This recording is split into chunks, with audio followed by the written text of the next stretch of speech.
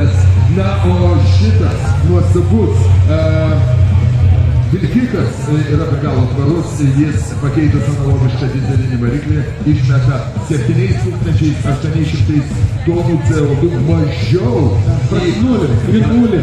Tai ką mes jau matom, kad BMXeriai po truputėlį adaptuojasi prie sunkvežimių greičio, adaptuojasi prie žmonių ir štai pirmieji jų judesiai, publika palaikykit karštai komunikatais, duokit jiems savo energijos, lai pasileidžia jie savo trumpas kateles. Ponios ir ponai, šiandieną triukus ant Scania daro BMX rampos. Du nuostabūs atletai, vienas jų geriausias graikų BMXeris ir Red Bull atletų šeimos narys George Savų.